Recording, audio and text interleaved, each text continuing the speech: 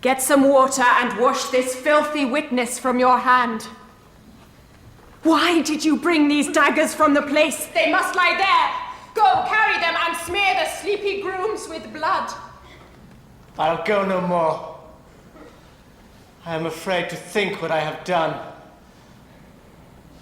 Give me the daggers. The sleeping and the dead are but as pictures. 'Tis the eye of childhood that fears a painted devil. If he do bleed, I'll gild the faces of the grooms withal, for it must seem their guilt.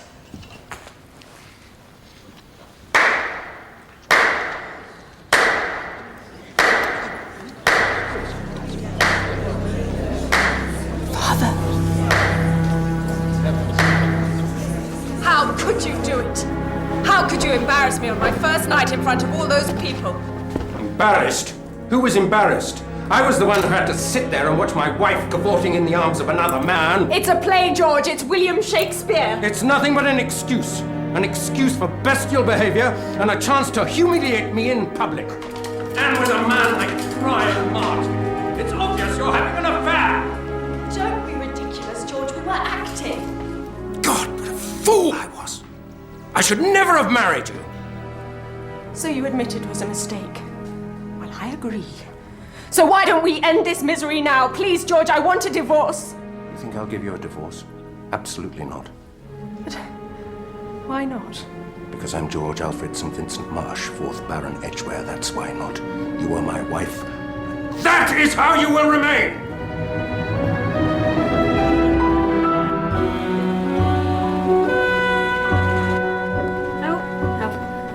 No, case is solved.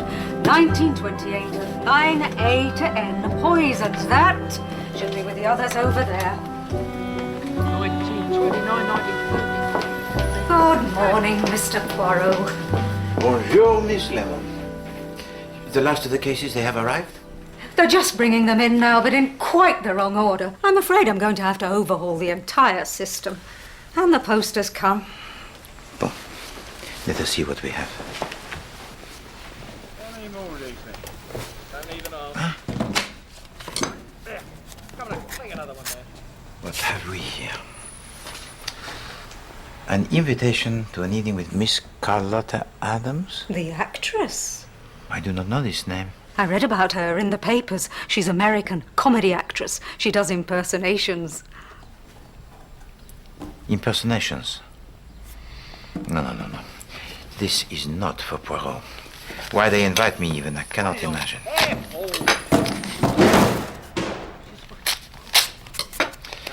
We have a telegram. Bon Dieu, it is from the good Captain Hastings. All the way from Argentina? No, Miss Lemon. This is sent from Paris. He writes that he is in transit from Buenos Aires to London, and the aeroplane, it arrives in just 1 hour from now. What about his wife? Well, of course she will be with him. Come, Miss Lemon. Wait, the aeroplane, it must already be here. Don't worry, Mr. Poirot. He won't have passed through customs yet. Excuse me. The flight from Paris, sir. Oui. It landed about 20 minutes ago. If you please, can you tell me if there was a passenger by the name of Captain Arthur Hastings? One moment, sir. Mr. Poirot, there he is now. Hastings! Poirot, my dear chap. Ah, mon cher Hastings. It was beyond all my expectations to see you again so soon. Welcome home, Captain Hastings. Miss Lemon. All these baggages? Well, they're all mine. Will you intend, therefore, to remain here for some time? Well, yes. And Madame Hastings?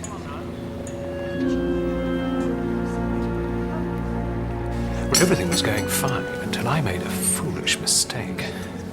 I invested in the Pampas to Fernandez Consolidated Railway. Well, they weren't consolidated. They didn't have a railway. And there's a huge mountain range between the two places. I lost just about everything. Poor Bella stayed behind to sell the ranch. I've come over here to find somewhere for us to live. Not that she said a word against me. She's such a wonderful person. We're still as much in love as the day we met. When, if I remember correctly, you thought her to be guilty of murder, n'est-ce pas?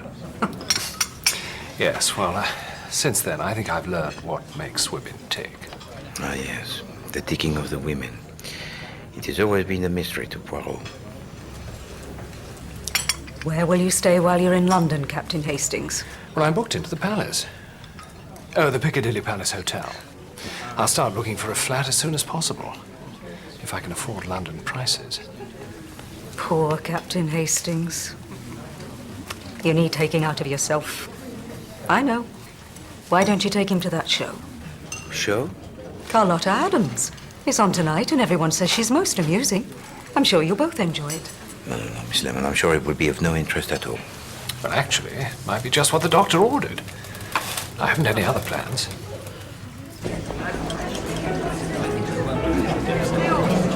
Leave me alone, Brian. Just leave me alone. You invited me, do you remember?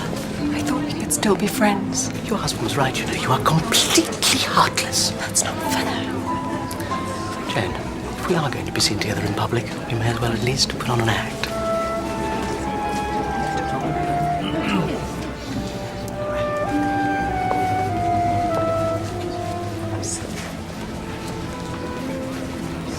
Who is that, Hastings? That's Jane Wilkinson, the actress. What a beautiful woman, Poirot. Yes, indeed. But also I am thinking the unhappy one. Pour me a gin and tonic, Godfrey, and make it a large one. I've been in America, you know. I haven't had a drink in 14 years. Yeah, you're very good. President Roosevelt is ending prohibition. I don't believe it. What's the man doing? He must be drunk. Meanwhile, in Berlin, the new chancellor is prohibiting everything. I say this to you today. I feel prohibit the artists. I feel prohibit the writers. If you don't agree with me, I will prohibit you.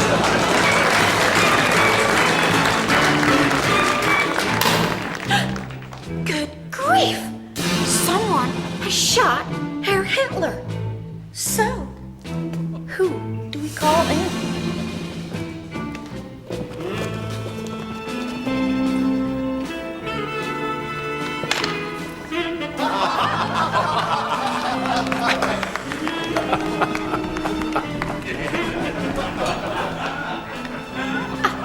Regarde.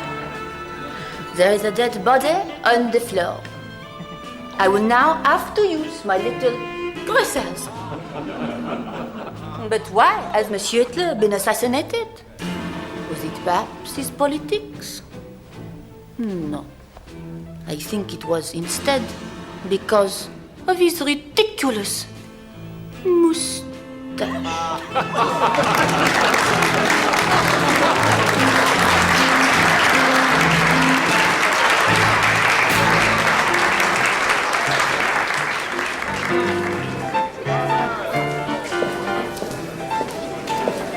Well, thank you, Poirot. I really enjoyed that. I must say, I thought those impressions were absolutely spot on. You thought so, Hastings?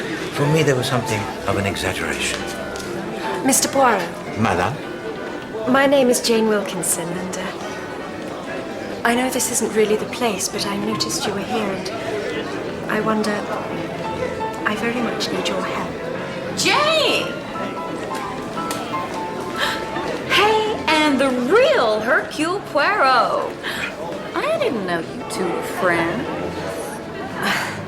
Carlotta. Mademoiselle? I'm really glad you came to the show, Mr. Poirot. It's just great for the publicity. Why don't you come over for a drink? Well, I would be content to join you, mademoiselle. Great! Look who I just found. Mr. Poirot, this is my very best friend in London, Penny Driver, who makes the most wonderful hats. How do you do, Mr. Poirot? Mademoiselle. You must know Brian Martin. Monsieur Martin? And this is Ronald Marsh. I'm a theatrical producer, Mr. Poirot. Monsieur March? Trying to sign on Carlotta. How did you enjoy the show? Well, it was most educational. I thought it was splendid. Oh, well, please sit down. Join us. Waiter, more champagne. So, what were you doing sneaking off to see Mr. Poirot, Jane? No, don't tell us. You were hiring him to help you bump off that ghastly husband of yours. Don't be absurd, Carlotta. Why not? Mr. Poirot solved lots of crimes. Committing one would be a cinch. The bumping off of husbands is not one of my specialities, mademoiselle. No, but she's got a point, you know. Get rid of Lord Edgware and you'd be doing us all a favour. Why does he have to be so horrible and unreasonable? I almost think I could kill him sometimes. But you shouldn't talk like that, Carlotta. You're embarrassing Mr. Poirot.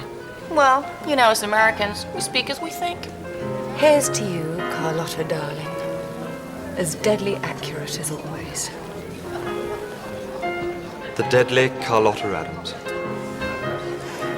Carlotta.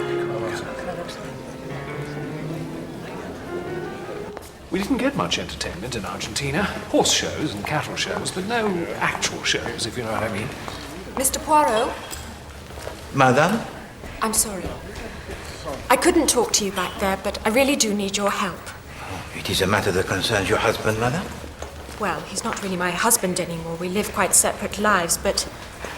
Well, you see, he refuses to give me a divorce. It is perhaps because he still has the feelings for you, madame. Oh, no, I don't think so. I don't think George has feelings for anyone. He's a queer man. His first wife ran away from him, you know. She died in complete poverty. And now, he enjoys tormenting me, Mr. Poirot. What is it that you wish me to do, madame? Could you talk to him for me? I know it sounds strange, but there really is no one else I can turn to.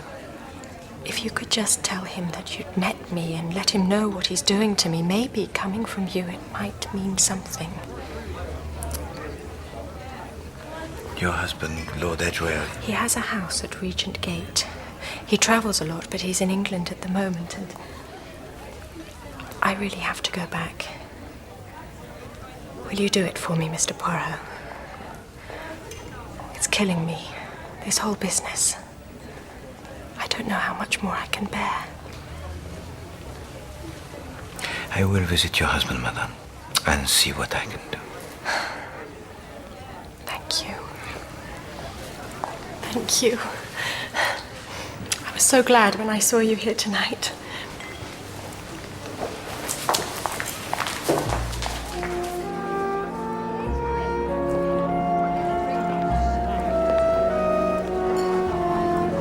Tell me, Hastings, what is your opinion of this Jane Wilkinson? Very attractive. Yes, indeed. But it is the psychology that is of interest to Poirot.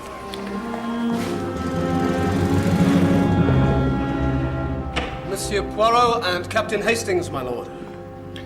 I can't give you a lot of time, Mr. Poirot. I'm leaving for Paris tomorrow morning. There's a painting I wish to acquire. Has the bank sent round those francs yet, Alton? I don't believe so, my lord. Well, ring them and tell them to get a move on. Very well, my lord. Now, in this note you sent me, you said you were acting for my wife. That is so. I thought you were something to do with crimes. What do you want with me? Lady Edgware has asked me to approach you on the matter of your divorce. Yes. It was her suggestion that you and I should discuss it. There's nothing to discuss. So you refuse? What are you talking about? I agreed to the divorce a month ago. Why are you wasting my time? But I do not understand. It's very simple. When I last saw her, it's true I objected to the divorce. But then, thinking it over, I changed my mind. So why haven't you told her? I have told her. I wrote her a letter. I told her I'd decided she could start proceedings after all, and as far as I was concerned, the sooner the better. It is very curious. I do not understand this at all. Is this about money? Because if it is, you can tell her from me she's not getting any. Now, if you don't mind... One further question, if you please, Lord Edgware. This letter that you wrote, to where was it sent? to the stage door of the Regency Theatre. At the time, I had no other address. And you posted it yourself? I have a secretary to do that for me, Mr. Poirot. I'm a busy man. Too busy, in fact, to offer you any more of my time. My lord. You mean you've managed it? Just like that? Oh, dear Mr. Poirot, you're wonderful. You've saved my life.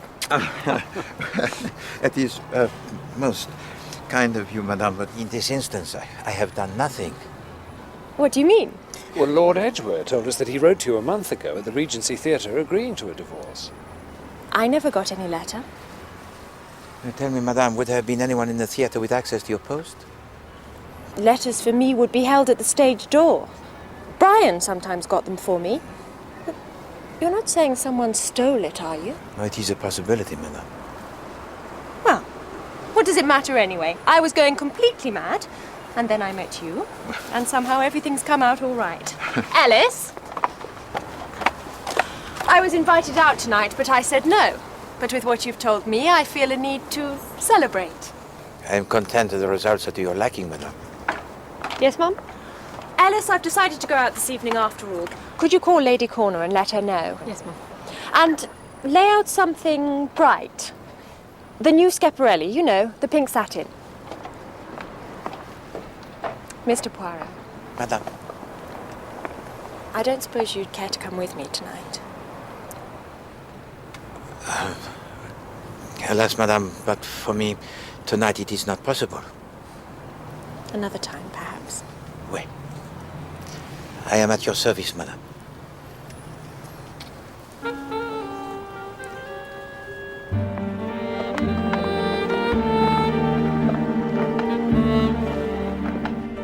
I say, Poirot, you were going it a bit up there, weren't you?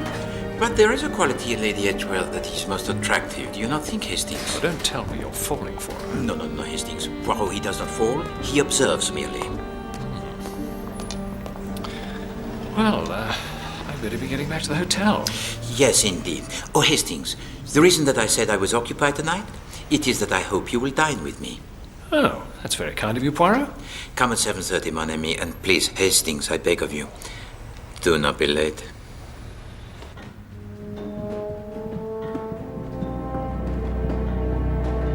Where are you going? Dressed up like a dog's dinner. Going to the opera. Don Giovanni with the Dortheimers. Ghastly nouveau riche. Father, You could choose your friends with a little more discretion. at least I have friends. Miss Carroll? I'm working tonight and leaving early tomorrow, so try not to disturb me. You called, sir? Yes, I'd like to dictate a letter. Do you mind? Be a pleasure, sir.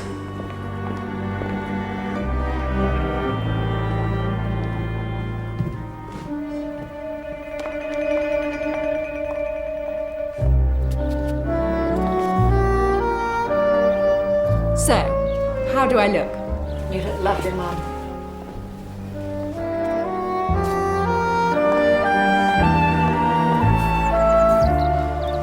What a lovely evening. I can't believe everything's going my way.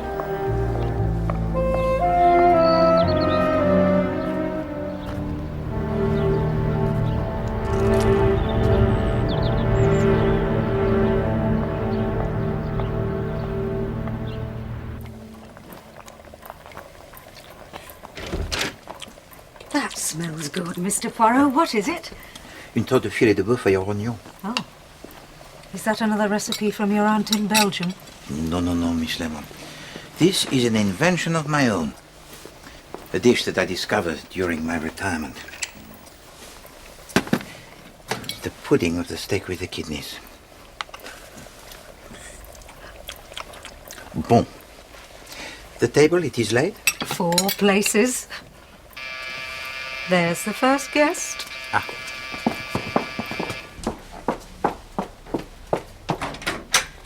Chief Inspector. Very nice to see you again, Miss Lemon. Come in. Something smells good. Poirot cooking. Steak and kidney pudding. Ah. And this is just what you'll need.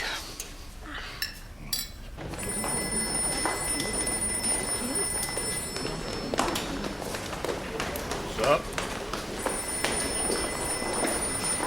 Captain Hastings, your taxi's ready.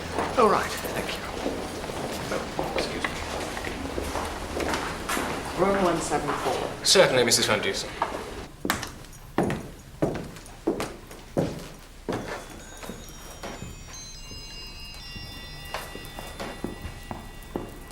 Thank you, Thomas. That is excellent. Monty? My dear?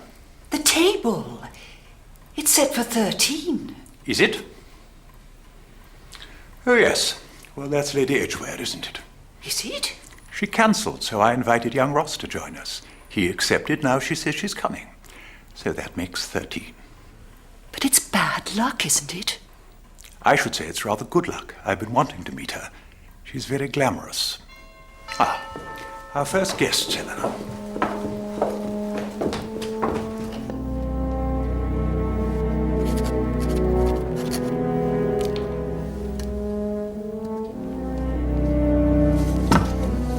Thank you, Miss Carroll. Can I get you anything, sir? What? Well, I was going to have a drink, and I was wondering if you... What are you talking about, woman? You're suggesting I'd want to have a drink with you. Well, sir, You're getting airs above your station, Miss Carroll. Maybe you should start looking for another job. Now get out.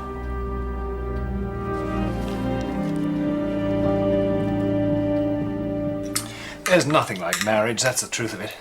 The day I met Bella, it was as if I'd found myself. Ever since, I've been a completely different man. A different man, yes. Could say the same about me, I suppose. But you're happily married, Chief Inspector. I don't know about that, Miss Lemon. You see, my Emily, she just doesn't understand my work. She never lets me talk about murder at the dinner table. And her tidying, it just gets worse and worse. Sometimes I wonder how I've managed to live with her these 27 and a half years.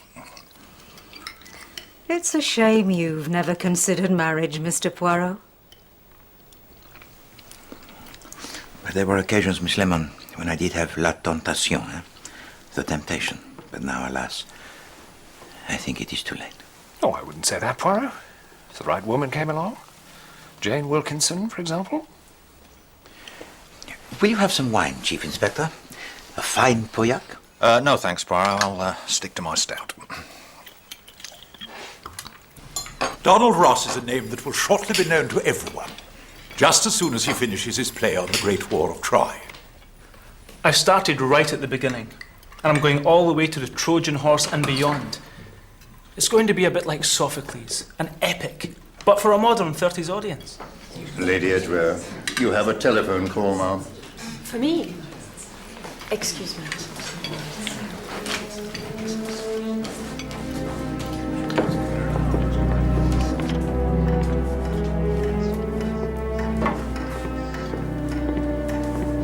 Hello?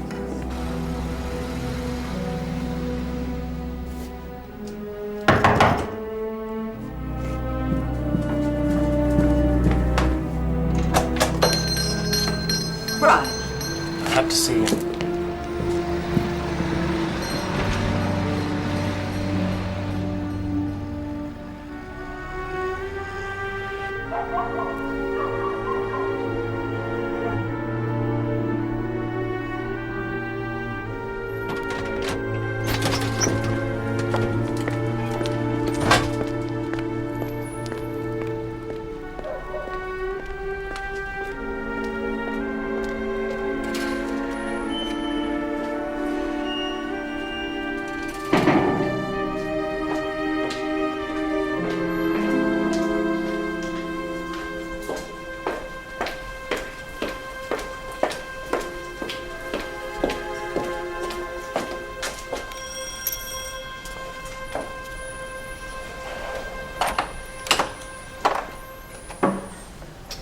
You're Alton, aren't you? Is my husband in? Yes, Mum.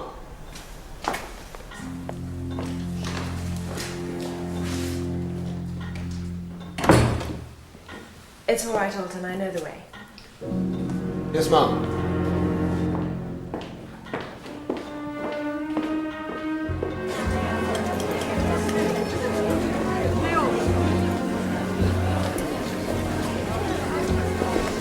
Door timers? They're still in their seats. Well, let's go.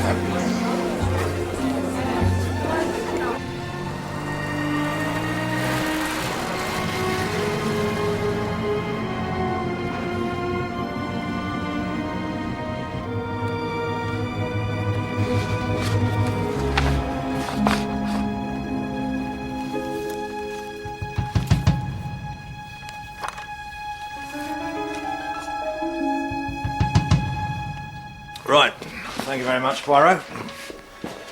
Nice bit of steak and kidney, I must say. Thank you, Chief Inspector. It's funny, you know. Here we are, the four of us, all together again. But of course, there's one thing missing. What's that? The body. That's how we normally meet. No, but it is true. Oh, well, never mind, Poirot. As soon as word gets round your back, I'm sure one will turn up.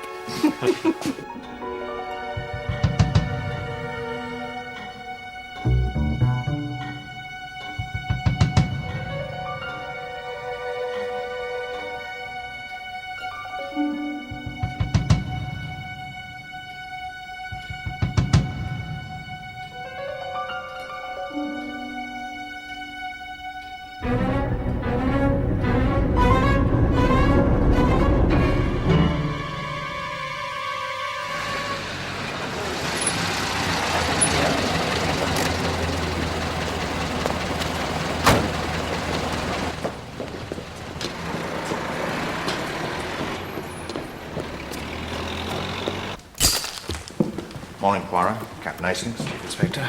You got my message, then? Yes, Chief Inspector, we came immediately. Looks like we spoke too soon last night. Stabbed in the neck, around about 10 o'clock. Have you discovered any money, Chief Inspector? Money? Well, when we were last here, Lord Edgware had commanded from his bank a sum of money in francs. Oh, that's right. He was just about to go to Paris. Well, we haven't found any money. But I'd be interested to know what the two of you are doing here. Had he asked for your help? No, Chief Inspector. It was Lady Edgware who had asked for me to intercede on her behalf. She wanted her husband to give her a divorce. Ah, so that's the motive then, is it? The motive, Chief Inspector? Well, I already know it was her. I just want to find out why. Now then, Alton, I want you to tell my friends here exactly what you told me. Yes, sir. I answered the door just after 9:30. I'd heard the clock sound a half hour. That's how I'm sure of the time. It was Lady Edgware. She said she wanted to see her husband and that she could find her own way. You saw her enter the study? No, sir, but as I left, she was approaching the door. Was it you who discovered the body? Yes, sir. This morning at 8, I entered the study to open the curtains. That's when I called the police. Could you tell me, Monsieur Alton, what happened to the French francs your master demanded yesterday? They came in the afternoon. I imagine he would have placed them in the safe. Lord Edgware's solicitor will have a combination. You have worked here for how long, Monsieur Alton? 1 month, sir. And how many times have you met Lady Edgware? Only once, sir. But I could have sworn it was her. It was her. I'd know her anywhere. And I saw her quite clearly.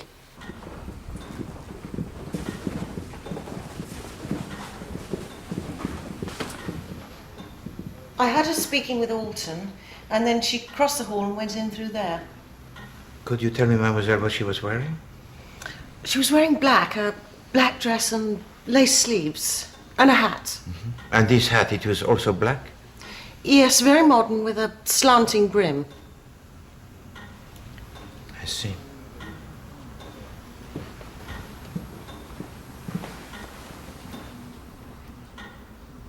And after she went into the study? Sorry? You heard nothing, no sound of any kind? No, I told you I went to bed. Who else was in the house last night, Miss Carroll, apart from you and Alton? Only Geraldine, Lord Edgware's daughter. She's in her room now.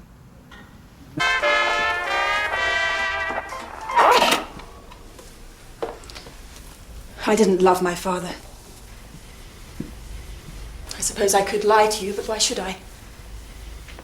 I hated him. But if someone's gone and killed him, I'm glad. There you are. I wonder if you could tell us your movements last night, Miss Marsh. If you insist. I went to the opera. Don Giovanni at Covent Garden. I left at around 7 and I wasn't back until well after midnight. When I got home, I went straight to bed. Satisfied? Did you enter the study of your father? No. There was a light on under the door, but I didn't want to see him. I never wanted to see him. I don't suppose there's anyone who can corroborate your story, is there? You could talk to my cousin if you like. Ronald Marsh. He was at the opera. In fact, we had a drink together in the interval. But why are you wasting your time interrogating me? Why aren't you talking to Jane? Lady Edgware. Well, she was here, wasn't she? Miss Carroll saw her and Alton. It seems to me you've got an open and shut case.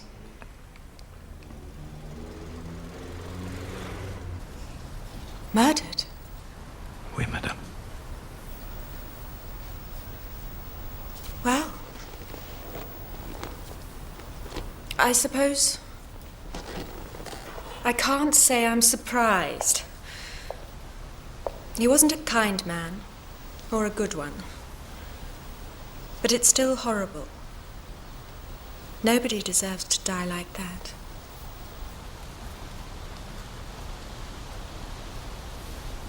But why are you here?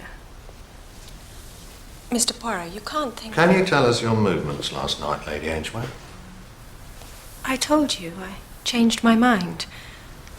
I was going to stay in, but in the end I went to that dinner in Holborn. To the house of Sir Montague Connor. Yes. There were at least a dozen people there. You can ask him. And there was a young writer, Donald Ross. He's writing a play about Troy. He was sitting opposite me. Bon. If you please, madame, could you relate to the Chief Inspector your movements for the evening in its entirety? Certainly. I left here at about 7, and I went first to the Piccadilly Palace Hotel. Oh, that's where I'm staying. Sorry. I had a meeting with an American lady, a Mrs. Van Dusen. She's written a play, not a very good one, and we talked about it for about 20 minutes. At 7:30 I left and took a cab to Holborn. I was at dinner with the Corners until after midnight, and then I came straight home. Did you leave the table at any time? Yes, once. I received a telephone call at about 9:30. Who was that from? That was the funny thing. A voice said, "Is that Lady Edgware?" And when I said it was, they laughed and rang off. I thought it must be some sort of a hoax. And this voice, madame, it was of a man or a woman? A woman, I think. So you're telling me that apart from that one time, you never left the room? That's right. Chief Inspector, I was the last person to want my husband dead. Not after what Mr. Poirot had told me. He was nothing to me anymore. Nothing. So, Chief Inspector, now it all begins to make sense. Not to me, it doesn't. Oh, yes. Yesterday evening, Lady Edgware had intended to remain on her own in her apartment. She had already announced that she would not be attending the dinner at Holborn. So, in other words, everyone knew she had no alibi. Oui, c'est ça. But it was only at the last minute that she changed her mind, and so disrupted the plans of the true killer. Wait a minute. Are you suggesting that someone went round to Regent Gate pretending to be Lady Edgware? It was, I believe, an attempt most deliberate to incriminate her, yes. So it's lucky she went to that dinner after all. Well, let's just be sure she did first. Oh, yes. She was certainly at our little dinner party. She was quite the life and soul of the evening, Monsieur Poirot. She'd had some good news. Something to do with her divorce. I think it was the fact that her husband had agreed to one. And you were present also, Monsieur Ross? Yes, I was sitting opposite her. Did she talk much about herself, Mr. Ross? Well, to be honest, I was the one who did most of the talking. Yes, but she was very cheerful. And with good reason. With the divorce agreed, I imagine she was looking forward to stepping out with... I think you know who. No, monsieur, I do not know who. The Duke of Merton. He's one of the richest men in England. He has properties all over London. My wife would dearly love to have him to dinner. And they have known each other for some time, Lady Edgware and the Duke? No, I believe they met only recently. It must have been love at first sight. Is it true that Lady Edgware took a telephone call while she was here? Yes, now when was it? About 9:30. But she was only out of the room for a couple of minutes. I'm sure it wasn't any longer than that. She was the first to leave the table. I'm sorry, Lady Corner. I mentioned it to my husband just before the guests arrived. There were 13 of us to dinner, and you know the old superstition. Yes, the first person to leave the table. Nobody believes that. We had 13 to dinner, and she was the first to get up. It means she's going to die.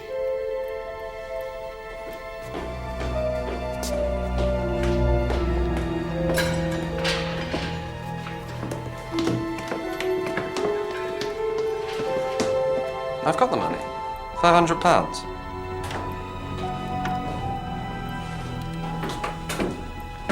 Well, it's all here waiting for you. If you don't believe me, you only have to come round. Ronald. Jimmy, my dear. So, how does it feel? What? To be the new Lord Edgware? No more creditors for a start. It's splendid. Have you spoken to the police yet? Yes, they were at the house this morning. A chief inspector and this weird little French detective. Oh, that'll be Hercule Poirot. So he's on the case. Did you tell them where you were last night? Yes, I said I was at the opera. That's right. Anyway, they weren't interested in me. It's Jane they want to see. Poor Jane. She's starring in my new play, you know. Oh, she was. Of course, if they arrest her... You can always recast. Oh, look, Captain Hastings.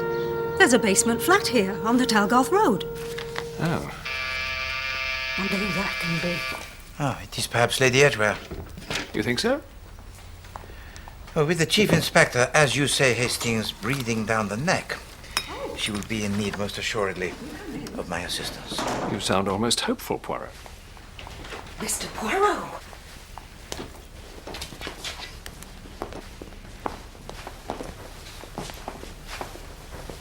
Monsieur Martin. I hope you don't mind my coming to see you, Mr. Poirot, but I was wondering, there's something I was hoping you'd take on for me. If you please to sit, monsieur.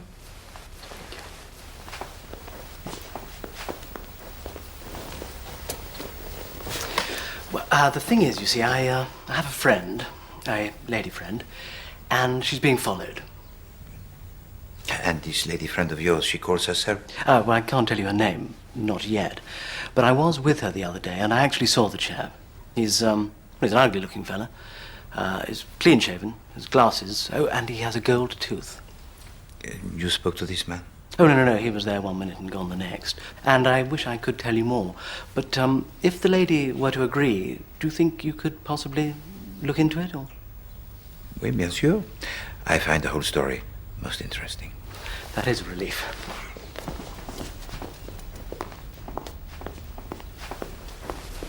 You know, I was very pleased to run into you the other night, Mr. Poirot. Do you remember, with Jane Wilkinson? Yes, indeed. I was thinking about her, you know, and about her husband.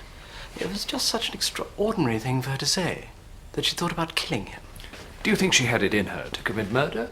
I'm sure of it. I know her, you see. I mean, she's terribly sweet on the surface. But she would kill as easily as drink her morning tea. Believe me. Perhaps you are not aware, monsieur, that the husband of Lady Edgware, he was indeed murdered last night. What? Murdered? You're not being serious. It is not a subject about which I have the habit to joke, monsieur.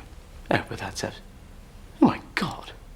Well, what I was saying just now, I didn't mean... And therefore, by necessity, this matter of yours, the man with the gold tooth. Oh, yes, of course. I mean, that will have to wait. Why? You will speak nonetheless to this lady friend of yours, and if she wishes for me to investigate on her behalf, then...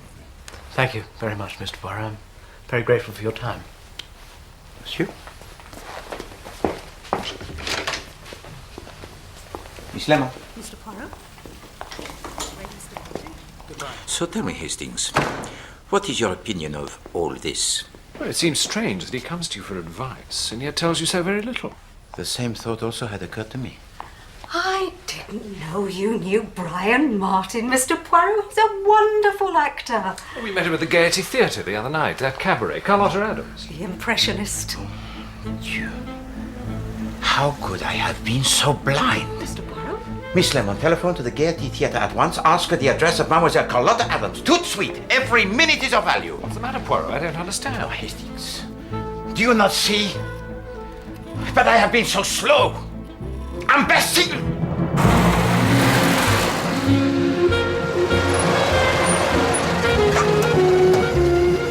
How much time?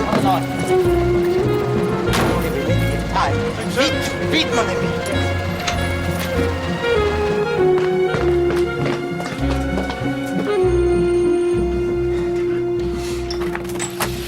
Yes? Mademoiselle, you are the maidservant of Miss Carlotta Adams? Yes. We must speak most urgently to your mistress. She's still in bed. She always gets up late when there's a performance. So, you have spoken with her today? Well, no, she's asleep. Quick, mademoiselle. We must see her.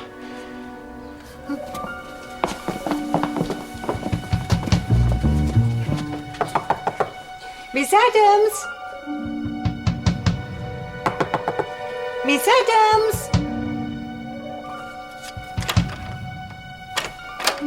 It's locked. You must call at once for the police, mademoiselle. Hastings.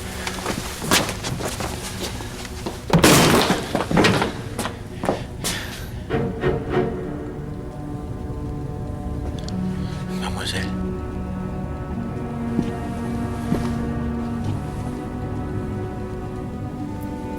We're too late.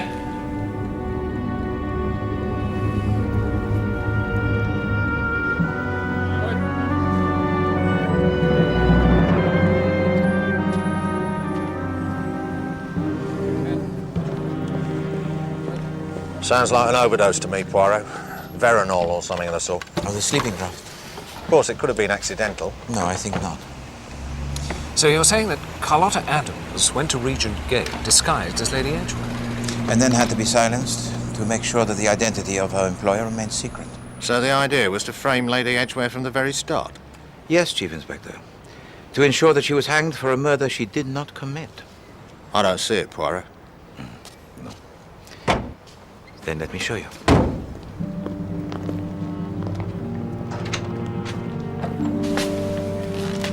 The wig, Chief Inspector? But that's the same colour and the same style as... Lady Edgware, yes. And now, Chief Inspector, excuse me, Hastings.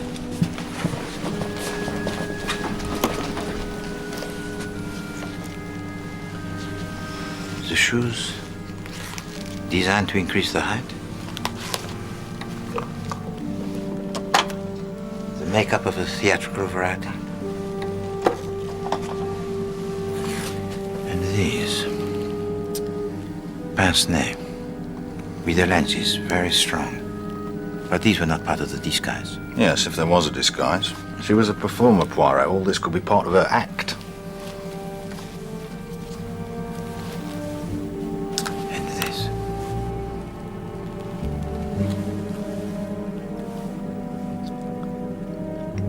Veronal, just like I thought. C.A. from P. Sweet Dreams, November the 10th. November? That's 7 months ago. Well, there we are then. That proves she was taking the stuff. Perhaps. And yet. Let's talk to the maid. If you please, Mademoiselle Alice, can you relate to us the movements of your mistress yesterday evening? Well, she got in at about 6 o'clock. I don't know where she'd been. Yes, go on. She spent some time writing a letter. Then she got changed and left here at about 7 o'clock. Did you know her destination? She didn't say. Did she go to the theatre? Well, no, sir. There was no performance last night. And how was she dressed, mademoiselle? She was in black, sir, with a new hat. With a brim that was slanting? Yes. She only bought it last week. From her friend, Miss Driver. Oh, Miss Penny Driver. We met her at the Gaiety Theatre. Where? She got back around midnight. She said she was very tired. But not upset or distressed? No, she seemed more pleased about something. Anyway, then she went straight to bed. And this letter of which you spoke? It was to her sister, sir. Lucy Adams. She's over on a visit. Miss Carlotta took it with her when she left. She was going to post it, I suppose. Then she forgot. She was always doing that. And where is this letter now? It's gone, I'm afraid, sir. I posted it myself this morning. She left it on the table. And once again, we are too late.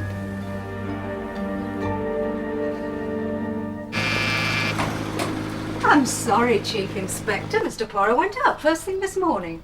No, don't tell me he's still got this bee in his bonnet about Lady Edgware, that somebody deliberately set out to frame her for her husband's murder. Well, it is still a possibility. I don't know how, but it seems to me she's got him round her little finger. Maybe that's the sort of woman she is. Oh, I wouldn't say that. I've never thought of women as the manipulative sex. Certainly not been my experience. Anyway, Chief Inspector, aren't you forgetting something? Lady Edgware was at dinner when the murder was being committed. No, I haven't forgotten that, Miss Lemon. It looks like she's off the hook. However, you can drive from Holborn to Regent's Gate in 5 minutes. I've just done it myself. So if she had a car waiting outside... But Donald Ross said she wasn't away from the table for more than a few minutes in total. Well, maybe he lost track of the time. Do you have no other suspects, Chief Inspector? Oh, I've got plenty of suspects, Miss Lemon. Ronald Marsh, for example, Lord Edgware's nephew. Theatrical producer, heavily in debt. He needed the money, not to mention the title. Well, there you are, then. Money's the oldest motive in the book. And then there's Geraldine Marsh, the daughter, whose mother died after Lord Edgware abandoned her. She told us to our face how much she disliked her father. So it could have been either of them. Yes. But who was the real target? That's what beats me. Lord Edgware or Lady Edgware?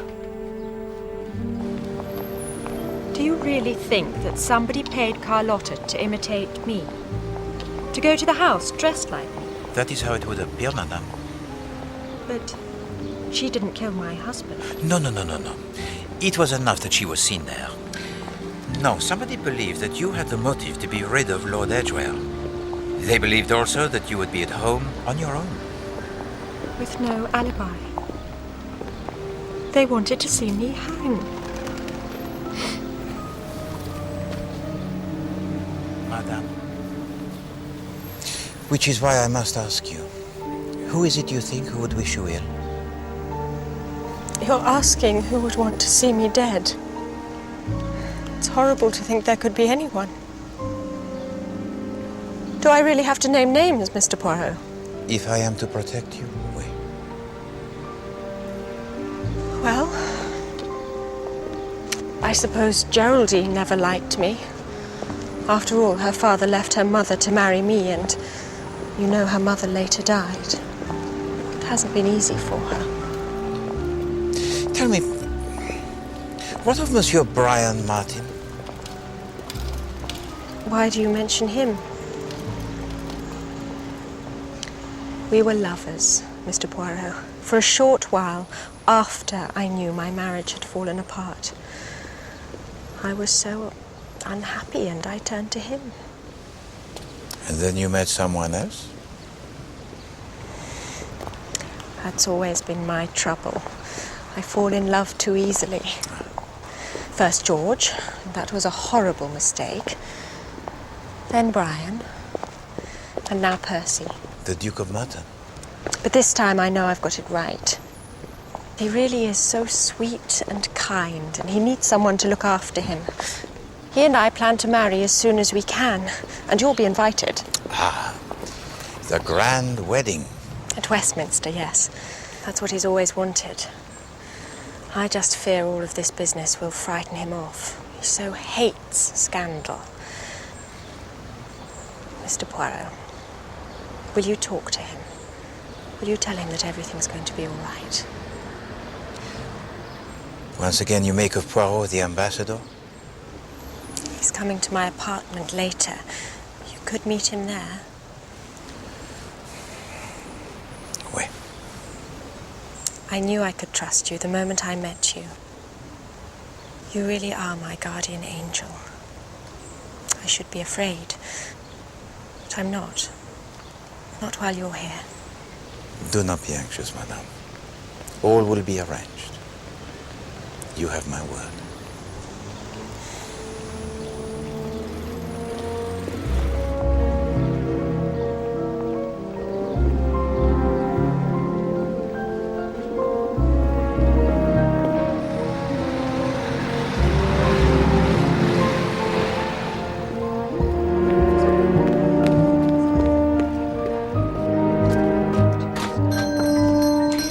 These are some of our latest models just in from Paris. Oh, lovely. Dorothy, Show Mrs. Lester the Rose Descartes model. Excuse me.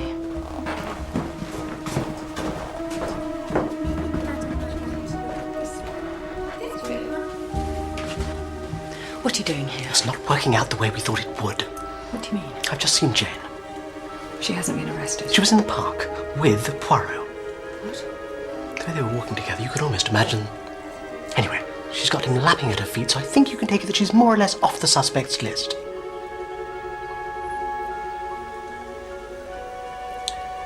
It's all right, Brian. It's early days. She's going to get what she deserves, and she's not going to hurt us again. May I take your hat, sir? Thank you, Alice. Jane, darling. Mr. Poirot, it's a pleasure to meet you. Monsieur le Duc. Jane has spoken a lot about you. Would you like a drink, darling? Tea or coffee? No, I can't stay long. This business, the death of Lord Edgware, really is the most terrible thing. That Jane should be involved. You know, I'm relying on you. We're both relying on you to sort it out. And if there's anything I can do to help. You could perhaps tell to me how it was that the two of you met? It was at the theatre. Macbeth. A wonderful performance. Quite wonderful. Lord Edgware was there that night. And I saw how he behaved. He was a brute of a man. Despicable. I can't help but think that he deserved what he got. Although that's a terrible thing to say. I won't lie to you, Mr. Poirot. I'm glad at the way things worked out. And as soon as there's been a decent interval, Jane and I plan to be married. If she'll have me. Of course I will. I wish to you both much happiness. I hope we'll see you at the cathedral, Mr. Poirot. I know how you've taken Jane's side, and I want you to know how much I appreciate it. Monsieur, madame.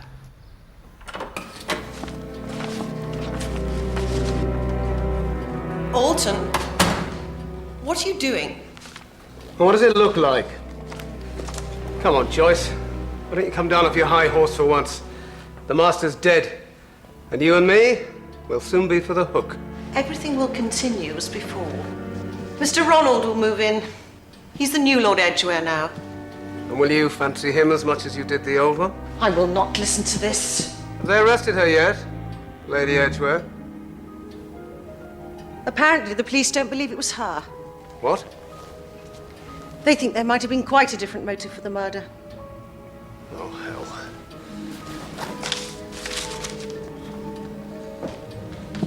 Alton? Alton?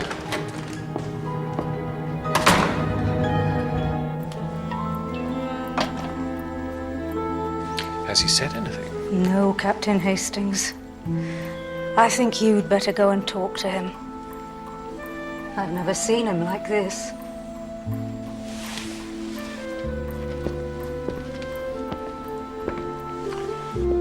Poirot?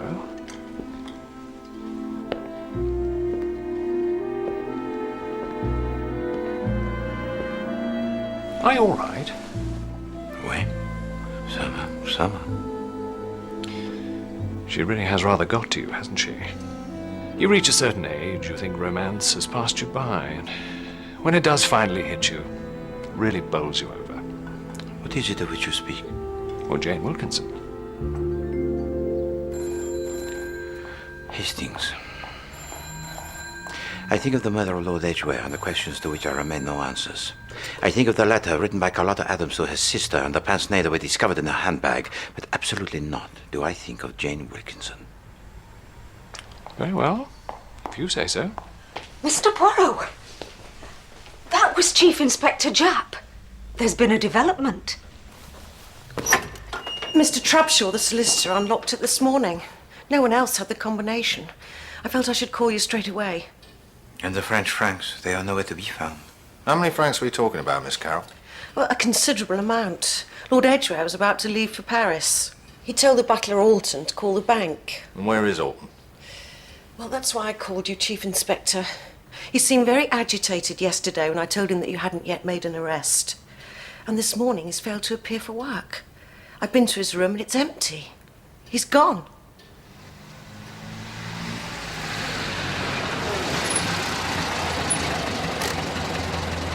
That's 1 and 6, please, madam. Thank you, madam.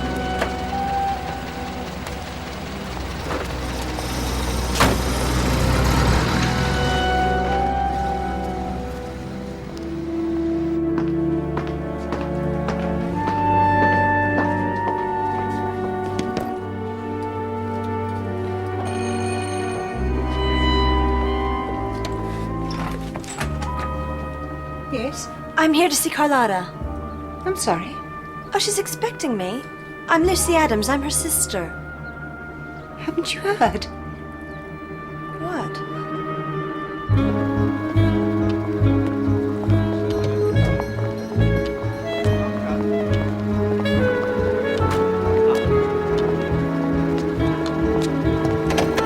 Thank you, Hastings. Mademoiselle Driver. I didn't know if I should call you, Mr. Poirot, but Lucy insisted when she heard you were on the case. And where is she now, mademoiselle? Upstairs. She had a terrible shock. Well, perhaps she came to you because you were a friend of her sister. Yes. Carlotta was one of my first customers. She bought all her hats here. I understand that you sold to her a hat with a brim that is slanting, or similar to this one. Yes, she bought one very like it last week. Mademoiselle, did you ever make to her a present? A little box for the sleeping draught. I'm sorry.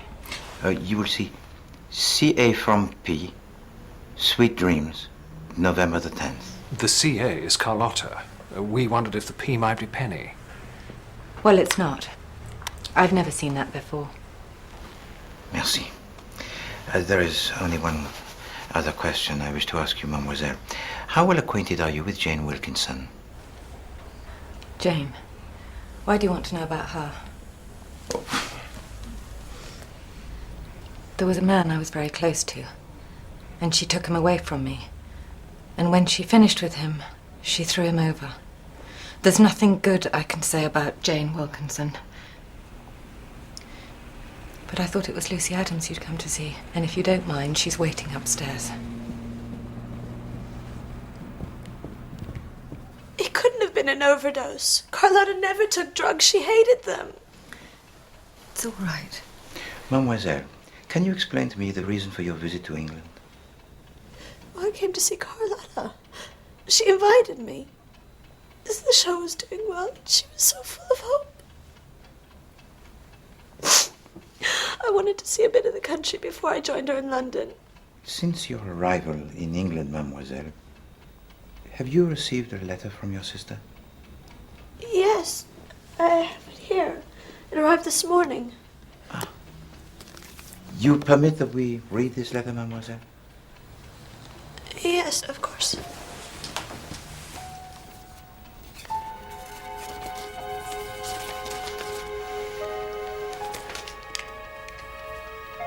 Dear little sister, I'm sorry this is so scrappy, but things have been rather busy.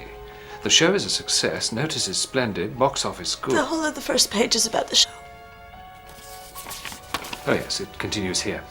I met Ronald Marsh the other night. He's a theatre producer and he tried to persuade me to come in on one of his new shows. I don't know though. He drinks quite heavily and has no money of his own, although it turns out he's the nephew of Lord Edgware, who sounds no beauty, I can tell you. Anyway, Ronald loved my review and he asked me if I'd be interested in earning some money for a practical joke that would prove just how good I was. I laughed and said, how much? Lucy, darling, the answer fairly took my breath away. $2,000. After that, we laid our heads together and got down to details. I'll tell you how it went when you arrive in London. I can't wait to see you, little sister mine, yours. Carlotta.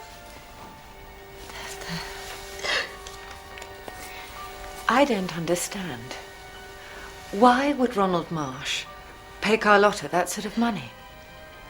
And where would he get it from? I mean, everyone knew he was virtually broke.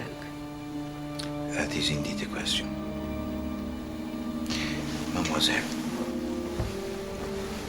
you will allow us to guard this letter for a little while? Yes.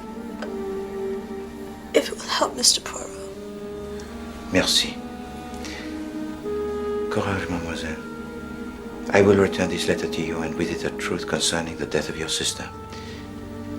You have the word of Poirot. Thank you.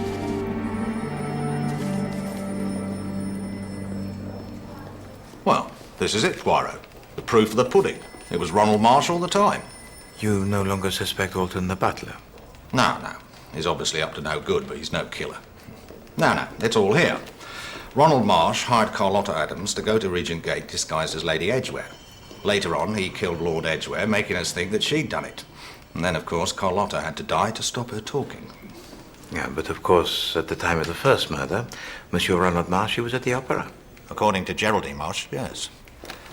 But there's something you don't know, Poirot. I was thinking about Ronald Marsh's so-called alibi, and then I had an idea. Oh, I congratulate you, Chief Inspector. Thank you. It occurred to me that Regent Gate is less than a mile away from Covent Garden. Do you get my drift? You mean he could have left at an interval? Yes, and been back in time for the next act. Ah, yes. Now that, I believe, is the same technique that you used to demonstrate the possible guilt of Jane Wilkinson. That's right. Now, I've been talking to quite a few of the taxi drivers in this area, and this time I came up trumps. Ronald Marsh and the young lady left Covent Garden between the second and the third act. The driver took them to Regent Gate and waited for them outside. Good Lord. Where is Monsieur Marsh? In here. All right. Yes. I did go to the house during the interval. Talked to Geraldine. And she was in the cab with you? Yes. But she had nothing to do with it either. Why did you return to the house? I needed money. I met Geraldine at the opera, and bless her, she agreed to help. She offered you financial assistance? She had some pearls. She said I could pawn them. It would keep me afloat for a few more weeks. And you went over to get them in the middle of the opera? Needs must, Chief Inspector. It was urgent. She had a key, let herself in. I waited outside. I don't suppose you saw anything while you were waiting outside? No. Actually, there was something. Wait.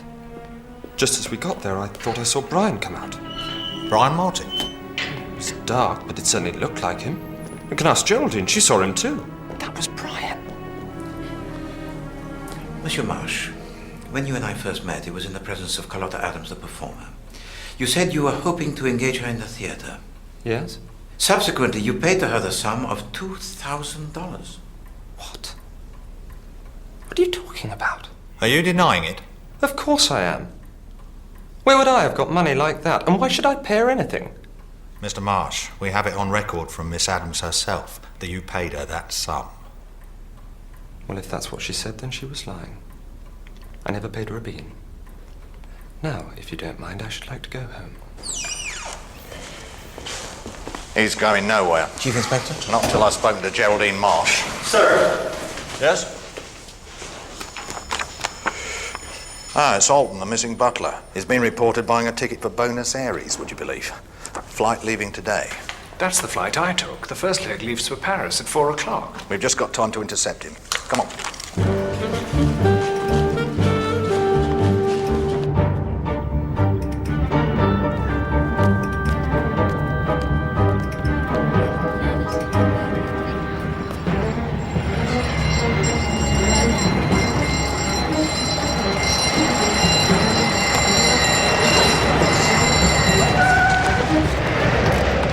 He's heading for the terminal!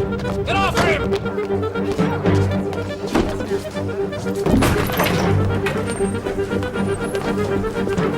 There he is! Stay where you are, Alton. Wait here.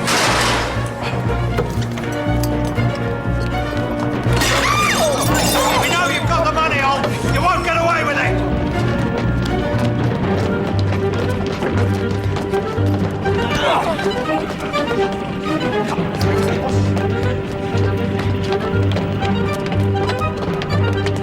Come on, this way! Give yourself up, Alton. You don't stand a chance.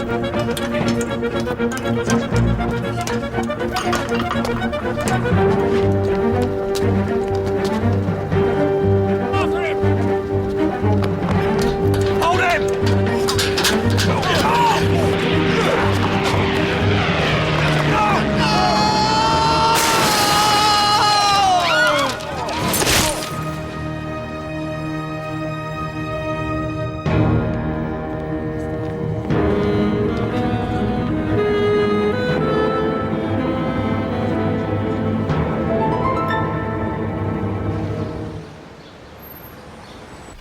Bonjour, Hastings. Morning, Poirot. You had a telephone call earlier from Ronald Marsh, Mr. Poirot. He rang to invite you today to what he called a celebratory lunch. Chap must have released him already. Oui. Mademoiselle Geraldine must have corroborated his story. And perhaps Alton did kill Lord Edgware after all. No, Hastings, I think not. Well, then who did? 5 questions, Hastings. That is all. 5. The answers to which will reveal to me the truth. 5 questions, Mr. Poirot. Fire away. We know that Lord Edgware changed his mind on the subject of divorce and that he wrote a letter to his wife to acquaint her of that fact. Or he sent it to the theatre. Oui, and it was indeed posted by Miss Carroll. But why was it that this letter was never received by Lady Edgware? To whose interest was it that this letter should not arrive? What's the second question? The telephone call that Lady Edgware received at the dinner at Holborn. Assurément, it was to make sure she was indeed there, but who has made this telephone call and why? I can't help you there. What's the third question, Mr. Poirot?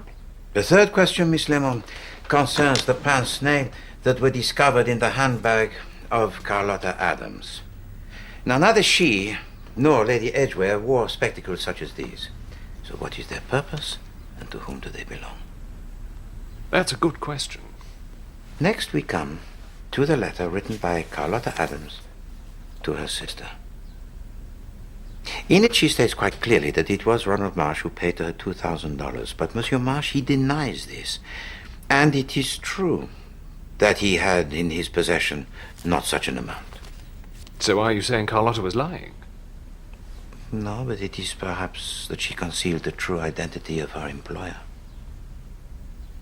What's the fifth question, Mr. Poirot? Who is P? You remember the box given to Carlotta Adams? To see A from P? Oui. Who was it that gave to her this box? This I would like to know most dearly. What was the first question again, Poirot?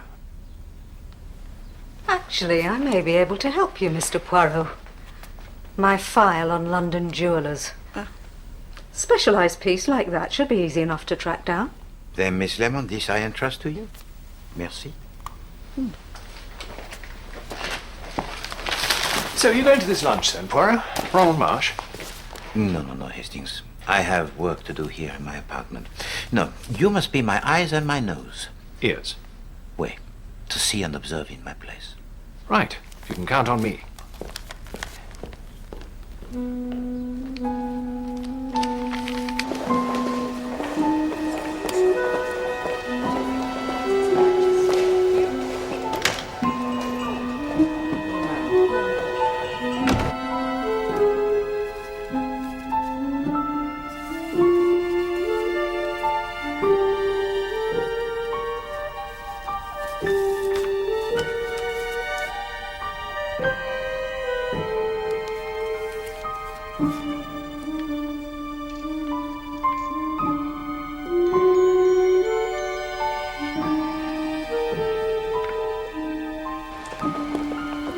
Try Edison's, madam. On the right.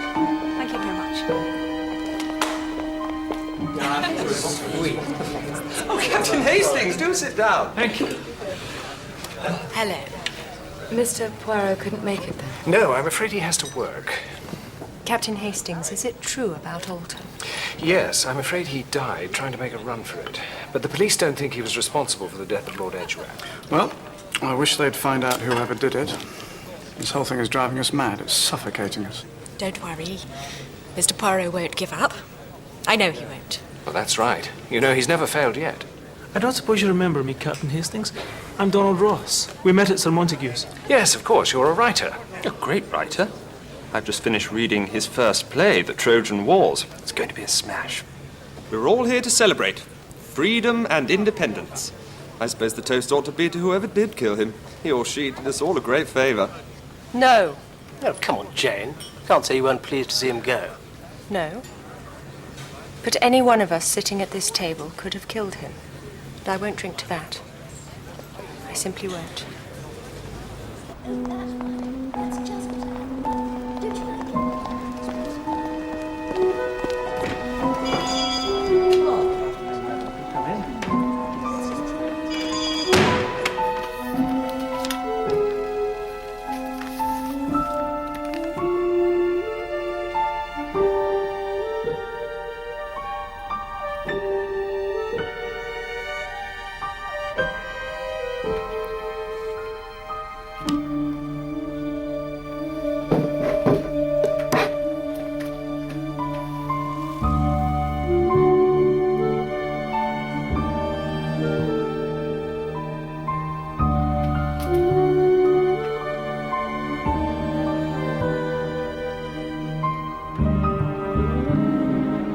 Yes, this is definitely my work.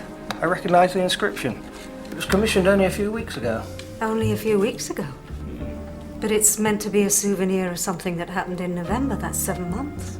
Yes, I wondered about that too. Can you tell me who ordered it? Yes, it was a lady.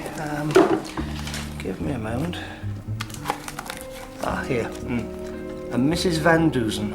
Van Duzen? Yes, elderly lady, if I remember rightly. Dressed in black, with a fur cape. Grey hair, I think. Oh, yes, and she was wearing pince-nez. Don't get me wrong, I enjoy private lives as much as anyone. But Noel Coward is simply a passing fashion. Light-hearted and instantly forgettable. So where do your passions lie, Mr. Ross? Well, at the moment I have to say I am fascinated by the judgment of Paris. But Paris doesn't have any judgment at all when it comes to fashion. These days, one has to look to Milan and New York. I was referring to the judgment of the shepherd boy Paris. He gave the golden apple to Aphrodite and so sparked off the war with Troy. Oh, that Paris. Why do we have to talk about theatre all of the time? Percy, you must be bored rigid. I could never be bored with you. Paris. Mrs. Van Dusen. You are sure of this name, Miss Lemon? Absolutely, Mr. Poirot. Then this is the same lady that Jane Wilkinson met here at this hotel on the night that her husband was murdered. Here we are, sir. Mrs. Van Dusen, room 174. She booked in for one night. One night only? Yes, sir. Actually, I do remember her now I think about it. An American lady, elderly. She wore, pince-nez. Yes. I wouldn't remember her. Only the maid said the bed wasn't slept in, which seemed odd at the time. Oh, Poirot. Ah, Hastings. How went the lunch? Oh, it went off pretty well. They were all there. Brian Martin, Penny Driver, Jane Wilkinson, and even the Duke of Merton. Oh, and that writer chap, Donald Ross, was there. He asked you to telephone him. Come on. Yes, he seemed puzzled by something. Gave me his card. When was this, Hastings? Half an hour ago. And he asked me to telephone him in front of all those people? Yes. They have a telephone at the desk, Mr. Poirot. May I use your telephone, please? Of course, sir. Merci.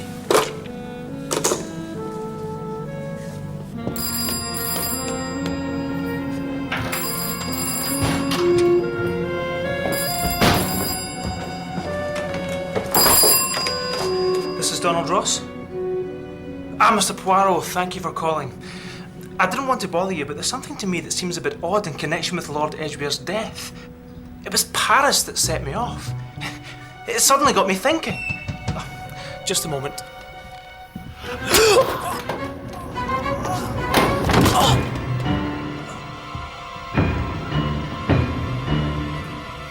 Stabbed in the neck, same as Lord Edgware. And it actually happened while he was talking to you on the telephone. Wait, but before he had time to explain to me what he wished to say. That's it. This is all my fault, Poirot. If only I'd stayed with him. Not at all, Hastings.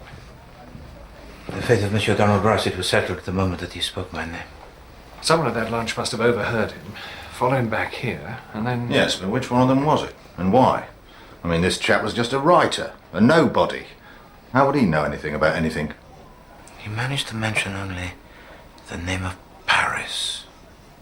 Paris? I think it must have triggered a memory which until then had remained hidden. Wasn't Lord Edgware going to Paris? Didn't he say he was going to buy a painting? Tell me, Hastings, at that luncheon, who was the first to leave?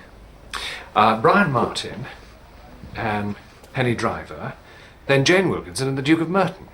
No, wait a minute. It was actually the other way round. Sacre. Ah, Hastings. I have been so foolish, and yet it is so simple. The 5 questions? Yes. The answers, Hastings, they fall into place at last.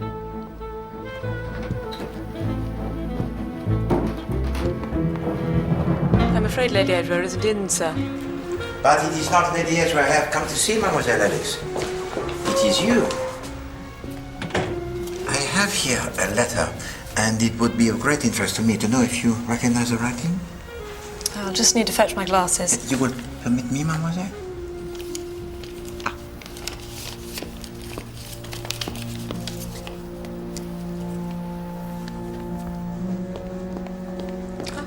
Thank you, sir.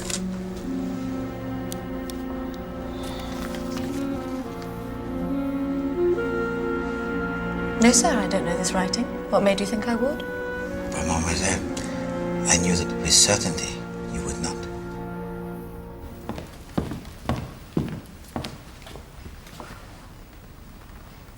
And so, we return to where we began, huh?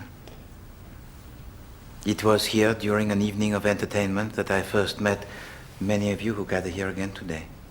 Little did I know that that very same night, a murder most ingenious, it was being planned.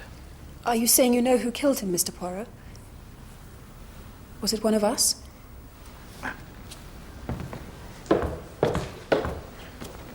Each person here had the reason to wish the death of Lord Edgware. For Monsieur Ronald Marsh, it was a question of money. For Mademoiselle Geraldine, it was a chance to be rid of a father that she loathed. The Duke of Merton also knew that the death of Lord Edgware would allow him to marry the lady that he loved. Well, I have no reason to kill him. Au contraire, Monsieur Martin. It is my belief that you had the greatest reason of all. You were in love with Jane Wilkinson, were you not? I don't really It see wasn't that. love. It was infatuation.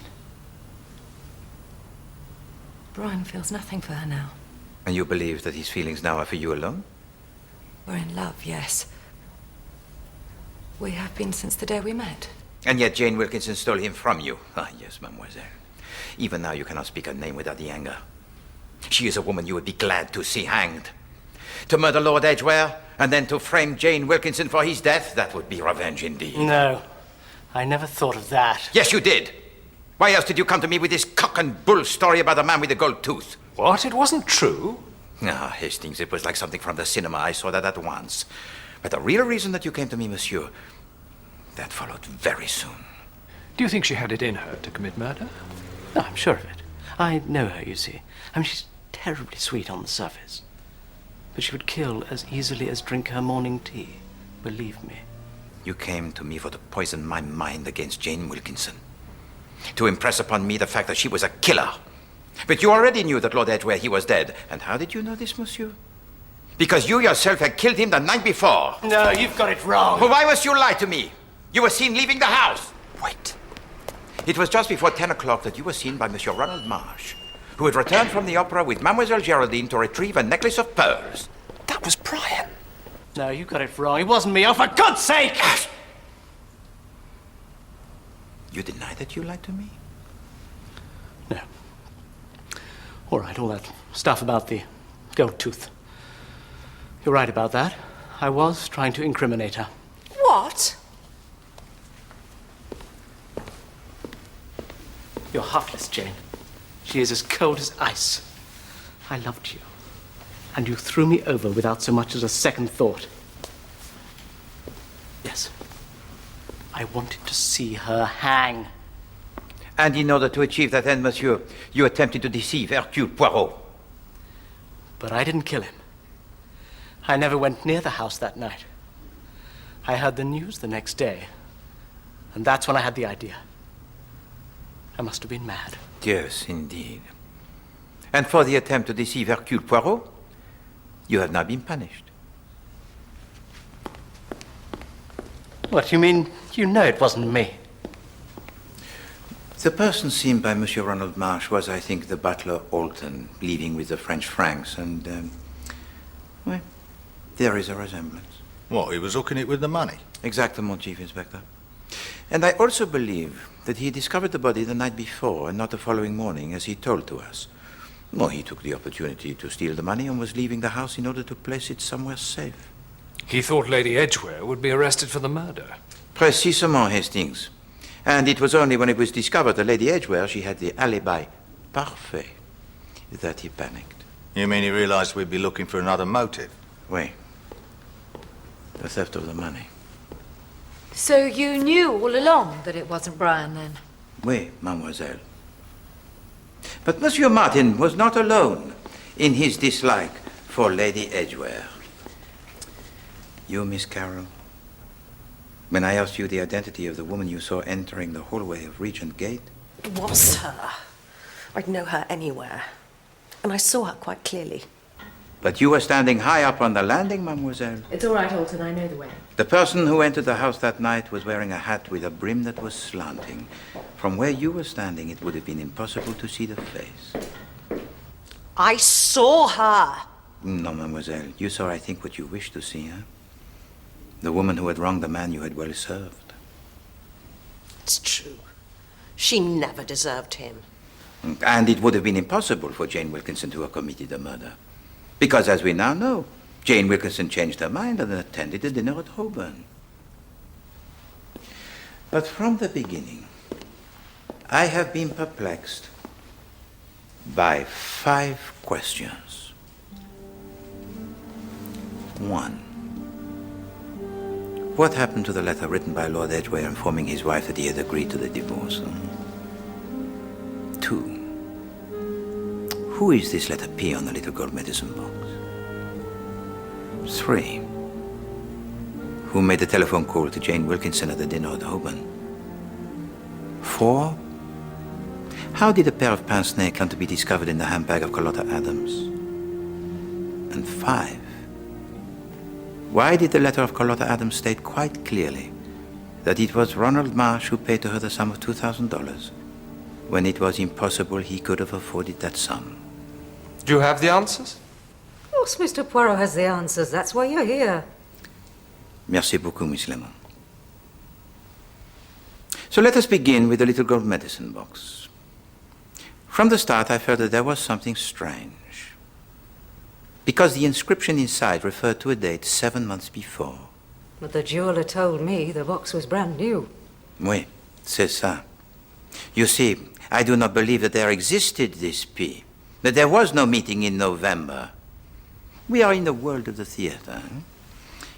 And this little gold box, it was used merely as a prop. To make us think that Carlotta was taking Veronal. Oui. But now let us turn our attention to the pince-nez. They were also found in the handbag of Carlotta Adams. But they were left there, I believe, by accident. But who by? By the woman who collected the little gold medicine box from the jewelry shop. This was the same woman who took a room for the night at the Piccadilly Palace Hotel.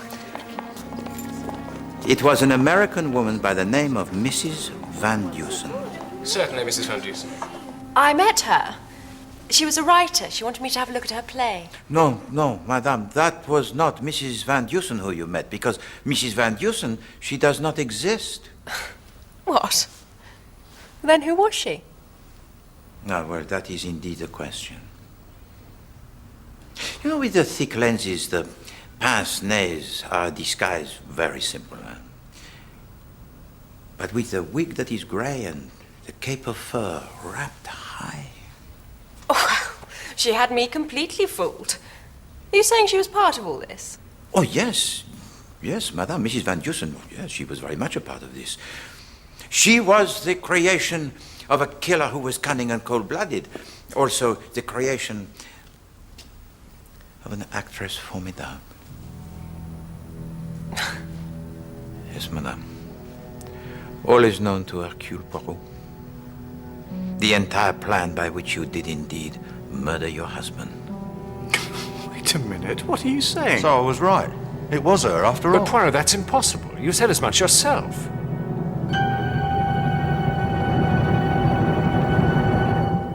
Not impossible, mon ami.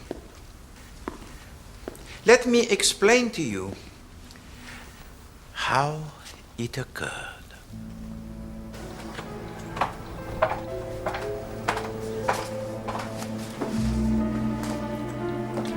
Thank you, Alice. At 7 o'clock in the evening, Jane Wilkinson leaves her apartment for the Piccadilly Palace Hotel.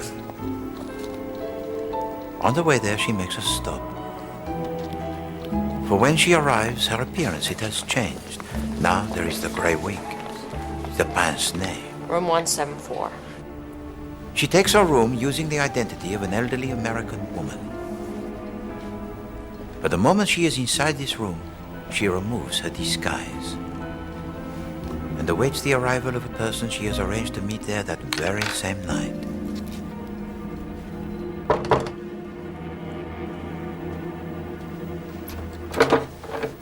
Carlotta, darling. It's wonderful to see you. So, are you sure about all this? Are you really game? You bet I am.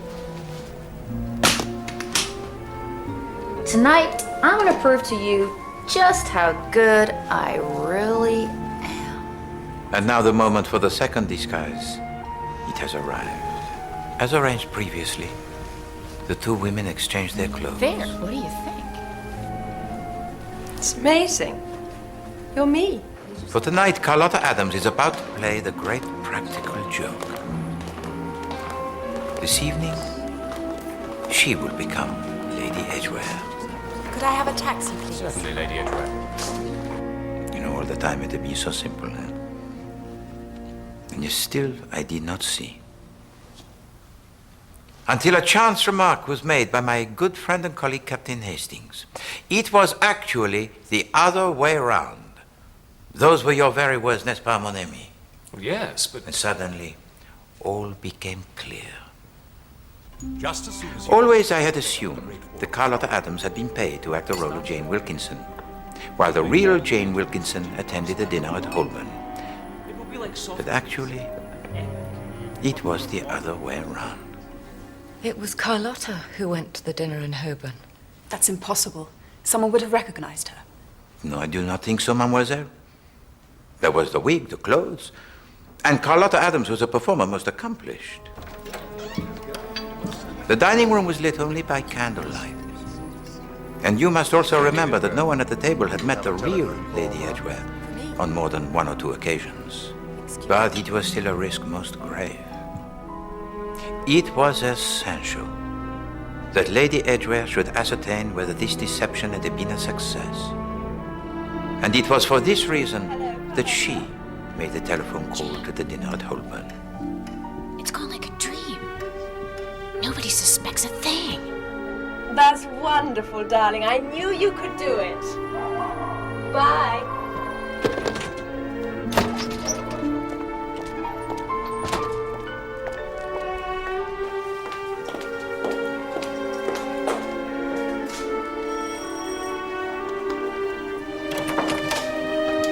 You're Alton, aren't you? Is my husband in? Yes, ma'am. The butler Alton had only been employed there for 1 month, so he hardly knew her. And if he did express his doubts, it would only be his word against hers.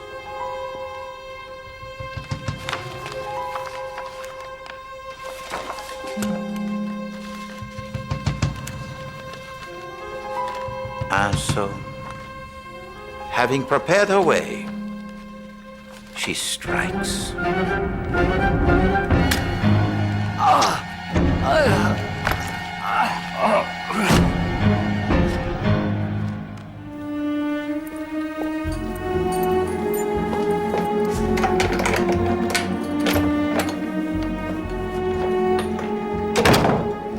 But Carlotta Adams must not be allowed to relate her tale.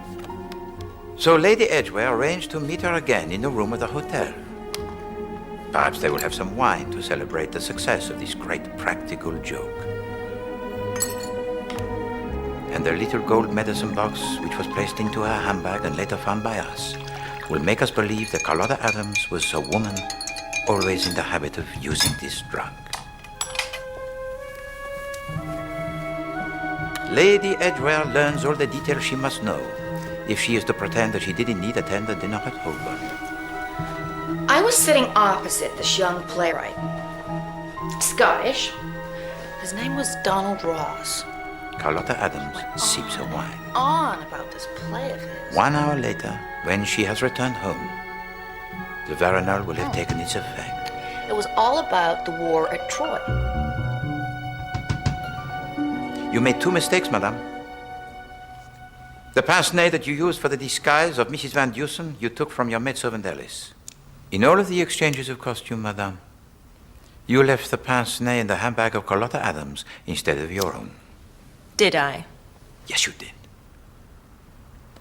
But more serious was your encounter with the young writer, Monsieur Donald Ross. I'm fascinated by the judgment of Paris.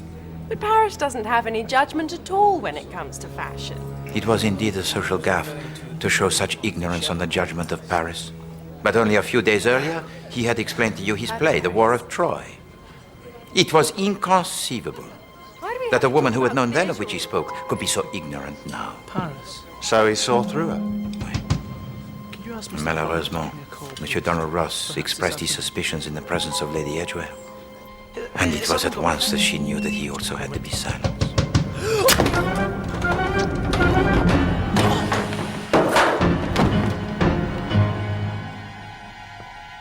So, it was her all along. But wait a minute, Poirot. In that letter that Carlotta Adams wrote, she definitely said she'd been hired by a man. Yes. Oh, yes, that was most cunning, that. Carlotta Adams did indeed leave the house with a letter, but she had neglected to post it. And in the exchange of handbags, it was discovered by Lady Edgware, who decided to use it for her own ends. Carlotta Adams wrote first of her meeting with Monsieur Ronald Marsh, and then of the person who gave to her the money. But what if there was between these 2 descriptions an entire page that was missing? A page removed by Lady Edgware. A page missing? How do you know that? Because as she was writing, mon ami, there was left an indentation on the 3rd page. Here are some words you can see from the page before, But these very same words, they do not appear on these pages that remain. But the 3rd page begins with "he asked." She was writing about a man. Oui. But you will notice, Hastings, that on the top of this 3rd page, there is a little tear. Now, always I had assumed that this was made by accident, but in fact it was done on purpose. To change "she" into "he." Oui. It was of Lady Edgware that Carlotta Adams was writing. And from Lady Edgware did she receive the money. Ah, madame. You are a woman most remarkable. Ah, parbleu! To pull over my eyes the cotton wool. The letter, the disguise. Et surtout, to send me to your husband, to turn me into a witness that you had no motive for murder. Ma foi! You made of me Hercule Poirot, your cat's paw! But it's true, Mr. Poirot. There was no motive if she was going to get a divorce. The divorce would have been of no use to her, Miss Lemon. Which is why she pretended never to have received a letter from her husband. Monsieur le Duc, you are of the religion Catholique, n'est-ce pas? Yes, I am. How did you know? Jane Wilkinson told me that you intended to get married at Westminster. And naturellement, I assumed that she meant the Abbey. But later, you invited me to the cathedral. Westminster Cathedral. Et voilà. It was then that I knew that you must be Catholic. And he couldn't marry a divorced woman. Oui. So that's why Lord Edgware had to die. My God, Jane, tell me it isn't true. I'm sorry, Percy.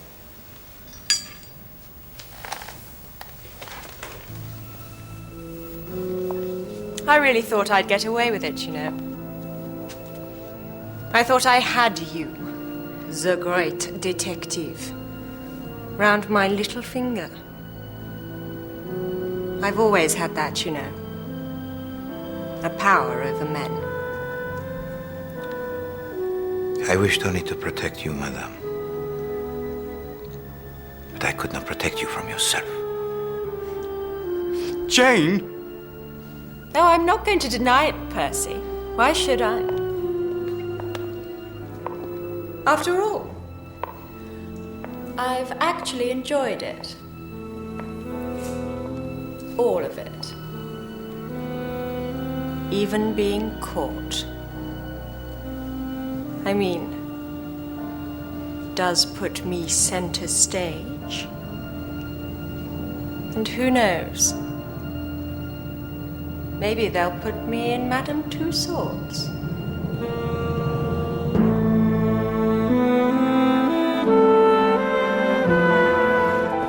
Poirot, I came as soon as I got your message. What is it? It is this, mon ami. It arrived for you today? Oh. Oh, it's a cheque. Made out to me for... Good Lord. From the Duke of Merton, I understand. Well, yes, but... After the arrest of Lady Edgware Hastings, the Duke, he made contact with me. For him, it was the lucky escape, huh? He felt he deserved, as he said, a reward most substantial. But shouldn't this be made out to you? Come, no, pardon tout, mon ami. It was you who provided the clue that was vital. The other way round? Précisément, Chief Inspector. And therefore it is to you, Hastings, that the reward rightfully belongs. I thought we ought to celebrate. It should be sufficient, mon ami, for you to purchase an apartment in London. Oh, I don't know, Mr. Poirot. I saw an interesting investment opportunity in the financial pages this morning. Oh, yes. The Northern England Railway Corporation. They're building a new line from Liverpool to Carlisle. Oh, yes, I read about that. They say you could double that cheque in a couple of weeks. Do you really think so? Absolument, mon ami.